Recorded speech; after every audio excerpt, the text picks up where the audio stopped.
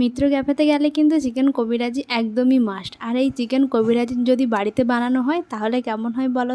প্রথমেই চিকেন কিমার মধ্যে পেঁয়াজ, রসুন, লঙ্কা, ধনেপাতার কুচি, তারপর দিলাম একটু আমচুর পাউডার, গরম মশলার গুঁড়ো, একটু গোলমরিচের গুঁড়ো আর লবণ দিয়ে মেখে সাইডে রেখে দিয়েছি। তারপর দুটো ডিম আমি ভালো করে ফেটিয়ে নিয়েছি। আর লাগবে বেশ খানিকটা ব্রেড ক্রাম্বস, কারণ চিকেন কবিরাজিকে ভালো মতো শেপ দেওয়ার জন্য প্রচুর পরিমাণে ব্রেড ক্রাম্বস লাগবে।